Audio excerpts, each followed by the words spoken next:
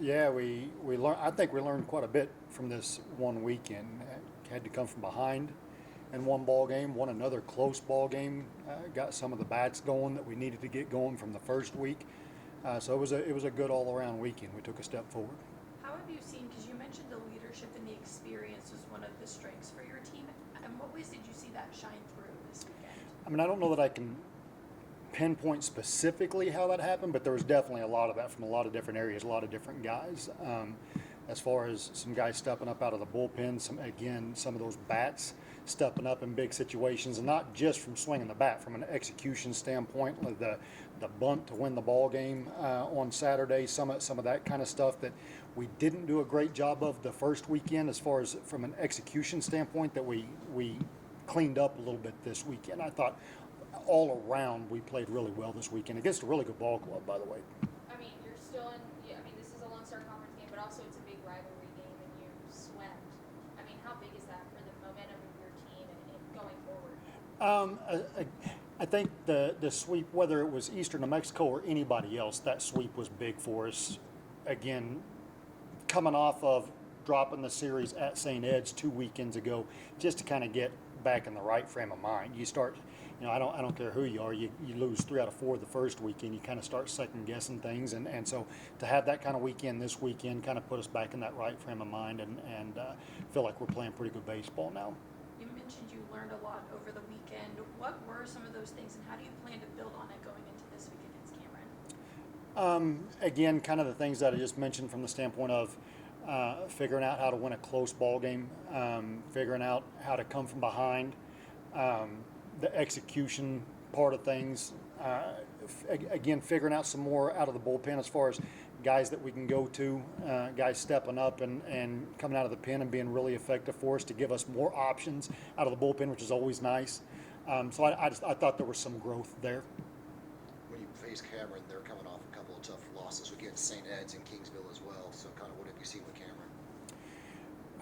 On the road anywhere in this conference is going to be a tough weekend. So I mean, I get they're coming off of some losses, but it's going to be a tough weekend going over to their place, and even possibly dealing with some weather and maybe some changes in scheduling because of the weather. I know, looking ahead, it's supposed to be in the mid-30s in Lawton on Friday, which means we may not.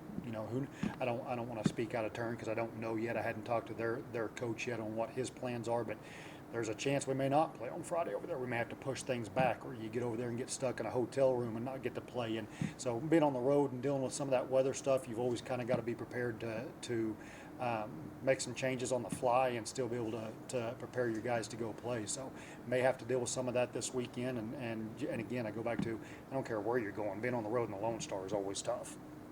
Mentioning the weather, here all week long for practice, it's going to be getting really cold here starting tomorrow. So what's your practice plan for the week? We'll be playing it by ear. Whenever the weather's bad in this part of the state, the one good thing about that is if you wait long enough, it might change. So we're trying not to make too much of a plan right now because it may be warm enough where we get outside. But if it doesn't change, then we'll be back inside, and we're fortunate to have an indoor facility where we can get in and get a lot of swings, and pitchers can face hitters live. So we'll throw live ABs inside and still get to face hitters, and hitters get to see live pitching, and so we'll make the best of it. We talked about rotation and finding that now after this Eastern sweep. I want to ask pitching specifically. Do you feel like you guys have a good sense of your pitchers and what they're going to do going forward? No, but better. Again, we do have a couple of arms that in a perfect world we anticipate being impact guys for us that still have not thrown a pitch because of injuries. So that's still a factor. I do think, though, we took another big step forward. Weaver has had 2 really good outings now. Had a really good outing this weekend, where we hadn't even been naming a Game 3 starter the first 2 conference weekends. He ended up being that guy. By the time we get to Game 3, he's the guy that hadn't thrown yet, and so we ran him out there, and he's done well enough that we may be close to going ahead and naming him that one of those 3 starters. I think he's pitched really well, so I think we've taken a step in the right direction as far as he goes.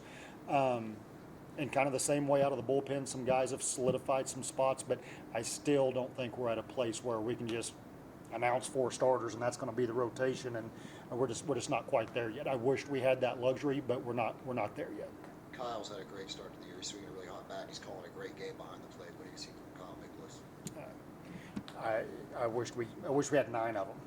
Like if we had 9 of that guy, our jobs as coaches would be really easy. He's just a baseball player, and listen, I think he's hitting 500 right now. That's ridiculous. He's not going to hit 500 throughout the entire year, but he can really hit. He handles the pitching staff really well. Our guys love throwing to him. He works his tail off behind the plate. He's just a baseball player. And the crazy part about that kid is, we can play that guy at second base. We can play that guy at third base if we need to. He can play anywhere you put him. He's just a baseball player. So he's a whatever success we have this year, he's going to be a big part of that.